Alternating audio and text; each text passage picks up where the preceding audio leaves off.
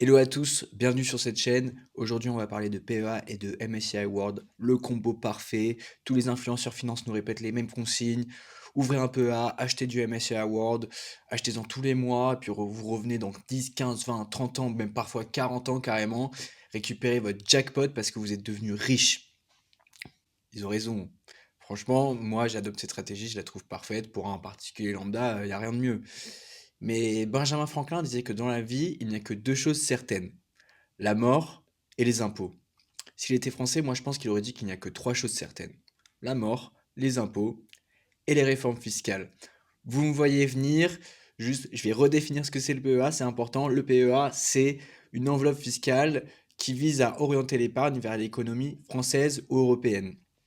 Son exonération fiscale se justifie par le fait que l'argent doit être maintenu pendant au moins 5 ans au sein de cette enveloppe. Et en théorie, je dis bien en théorie, on est censé acheter que des actions françaises ou européennes avec le PEA pour avoir cette exonération.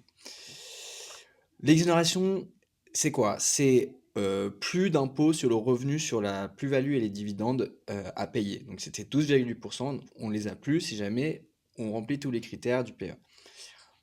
Par contre, on doit toujours payer les prélèvements sociaux qui s'élèvent cette année à 18,6% et non pas 17,2% comme l'année dernière. Et là déjà, premier changement. Le PEA, attends, c'est un plan long terme. Au final, il y a des réformes fiscales qui font qu'on paye de plus en plus d'impôts sur le PEA. Mais bref, c'est quand même une superbe enveloppe fiscale et c'est un must-have à avoir. C'est ce que Finari dit. Le PEA, c'est un des basiques qu'il faut absolument avoir dans votre boîte à outils. Tout le monde le dit, il y a pas de débat. Et quand on le combine avec le MSCI World, c'est banger. Un ETF hyper diversifié, très performant, très peu volatile, qui fait le tri automatiquement en achetant des actions qui surperforment et en revendant des actions qui sous-performent. Voilà. PEA plus MSCI World, c'est le jackpot. Mais est-ce que vous êtes au courant, et je pense que vous l'êtes, de la répartition géographique du MSCI World? Donc, voici un camembert et on peut voir que 71% de la pondération des actions qui composent l'ETF MSCI World sont situées aux États-Unis. C'est même pas comme s'il restait 29% pour l'Union européenne. Non, il reste plus que 10,2% pour l'Union européenne.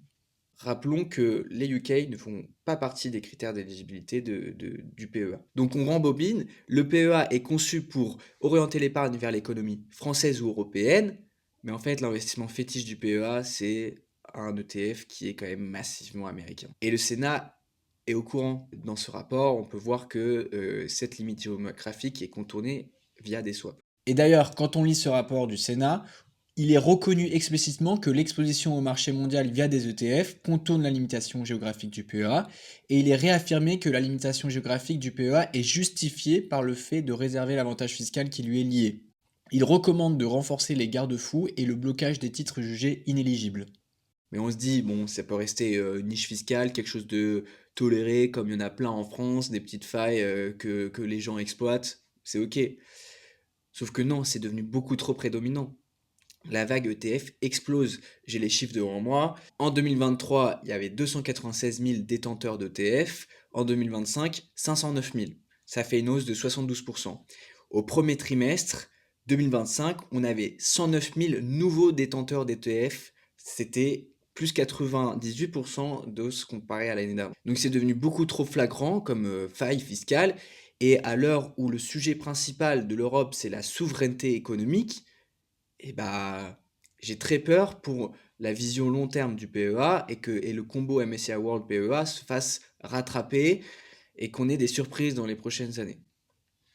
Bon, il y a deux camps qui se dégagent.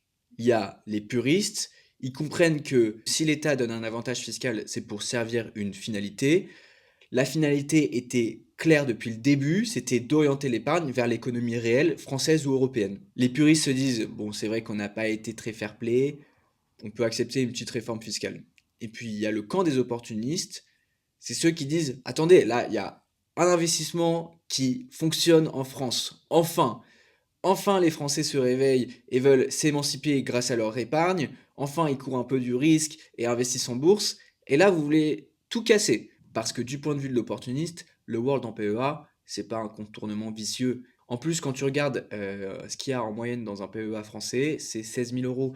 C'est même pas la niche fiscale qui sert aux ultra riches. Donc, d'un côté, bah, l'objectif principal du PEA, c'est quand même de veiller à ce que l'épargnant ne se ruine pas. Et là, avec le MSCI World, il y a très très peu de chances que ça se passe mal. Donc, je suis très curieux de comment ça va se passer, des débats qui vont émerger parce que je suis sûr qu'il y en aura. Est-ce qu'il y aura des réformes fiscales? Moi aussi, je suis curieux de savoir dans quel camp vous vous placez. Est-ce que vous êtes plutôt les puristes qui disent bon, on n'a pas été fair play, ok, réforme fiscale, ou plutôt des opportunistes qui disent bon, ça suffit maintenant les réformes fiscales, il y a enfin un truc qui marche, il faut pas que les pouvoirs publics cassent le délire parce que c'est un changement culturel, un changement de paradigme qui fait beaucoup de bien pour le particulier lambda français qui investit son épargne. Voilà, c'est la fin de cette vidéo. J'ai essayé d'être bref et concis. Dites-moi ce que vous en pensez en commentaire. Je vous dis à plus tard. Ciao.